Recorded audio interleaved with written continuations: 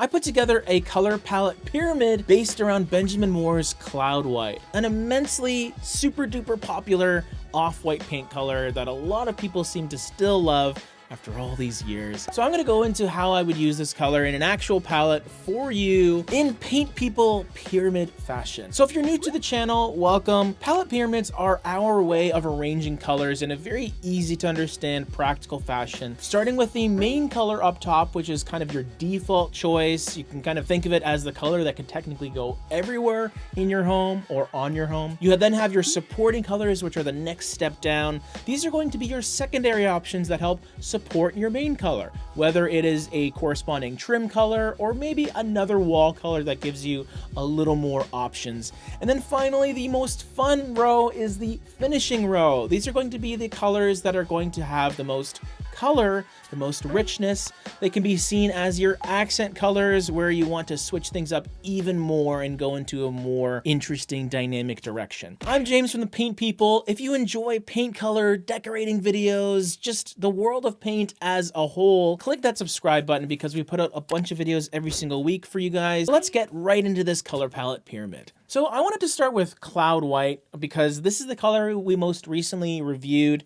You can check out the review up top or in the description down below if you want to go a little more in depth on this color specifically. But for now, I'm just going to take Cloud White and plop it into the support level in the pyramid. And that's because I see Cloud White predominantly as a beautiful trim color. Anytime you're thinking of painting your baseboards, your frames, your doors, your ceilings even, your wainscoting, crown molding, Cloud White has to be one of the colors you consider, especially if you want to lean into something a little bit warmer. It is a warmer off-white. It has a bit of this sort of beigey creaminess to it. And unlike some other warm whites, which are more yellow forward, this one has this sort of softened quality to it. Maybe it's a bit of gray, or I almost see it as like a touch of taupe that went in, which is more of a browny gray. So it's very toned down, mellowed out, but still pretty clean. And even to the point where you can use it on walls if you really want to. It's not going to feel overly stark. It'll have that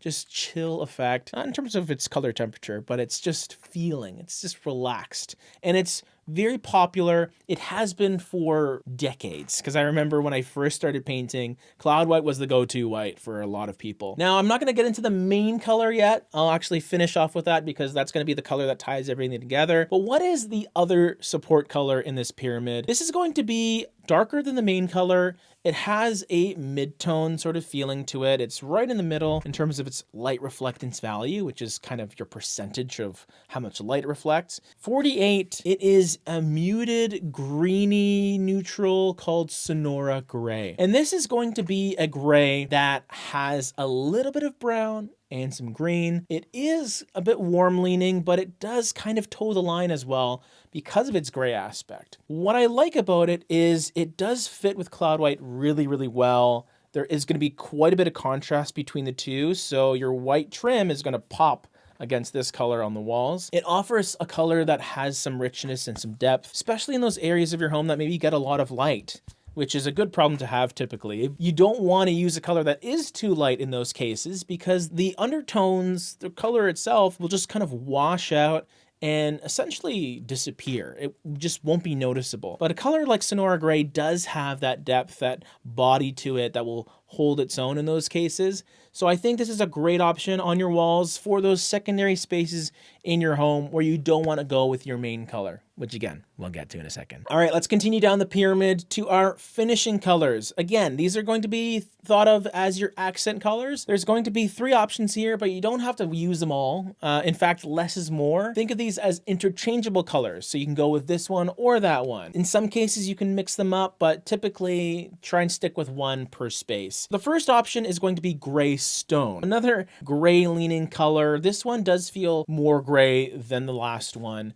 It has a haziness to it. It's more of an earthy stone gray, a little bit taupey, but also cooler leaning. A little more of that cool aspect coming through. That could actually make Sonora Gray brighter, like look a little more on the warm side of things, which is nice. They're sort of loosely related, those two colors, but again, gray stone really tells you what it is in the name. Very much a stone gray, like a bolder type of color, which could be quite nice. The second finishing color has some similarities, but now we're sort of going away from gray a little bit and going more towards the brown side of things, but at that similar level of depth. This is going to be a darker color. It's called Stardust, and this is a really interesting color to me. It's not one that I see very often in design circles, but it's pretty cool. When you first look at it, it kind of looks taupe. It's a bit of a combination of brown and gray. And typically when you have those two colors together, you sometimes have a little more of a red undertone or even a purple kind of lean. But I find Stardust to be a touch greeny as well, which is interesting. So it has some complexity to it. It has some nuance. Whenever you have nuance in a paint color, it's even more important to test it out before you use it. So before you get a big can of paint, get a really tiny little one, a little tester, test it out, make sure it's the right color for you. And also observe it throughout the day so you have an idea of how it's going to look like in person. But a beautiful color, definitely still within this neutral sort of category, and I think it's really, really great. Fairly versatile paint color as well. The third finishing color is going to be the most polarizing out of these choices. It's called Vintage Wine. 8 LRV, so it only reflects 8% of the light that hits it. Very dark color, so if that's what you're looking for, that's what you're getting here. This is almost a purple, slightly burgundy, off black. It has a little bit of brown to sort of tone it down a bit. And the purple isn't extremely forward. It's not super present, I would say, compared to something that does have a lot more of that violet undertone coming through. It will fit alongside the other colors a bit better because they all have that dusty sort of feeling to them, but shaded, a bit toned down. Great choice if you want moody, drama, fun within this palette. Vintage Wine is going to be your go-to. I would love to see this color on my kitchen cabinet, actually. Like the lower half is something completely different. Not navy, not green, not sage. This is one that just boom. That's where you probably will have some of your vintage wine if you're lucky enough to have some. Okay, so that's the finishing colors done. We have the support colors, of course. What is the color that I've selected to sort of tie this whole thing together? Your main color is super important because it's going to be your default go-to choice for your color palette. If you have no idea what color to use, you just go with your main color. It's the one that I usually choose for areas like the hallway or your main living areas. I've opted to go with going to the chapel as the main color in this palette pyramid. I think it's a beautiful silvery neutral with a little bit of a green undertone to really coordinate with the other colors in this palette pyramid and then complement Vintage Wine, which has a little more of that red lean to it. It is an awesome color. It looks really light. It only has a 71, 72 LRV, which is still on the lighter side of things, but it's not bright enough to compete with Cloud White in terms of lightness. You still have enough separation between the two, so you have that contrast. You have that white trim really popping off of Going to the Chapel, which I think is a good thing in this case. And here's the pyramid all together. Please let me know what you think.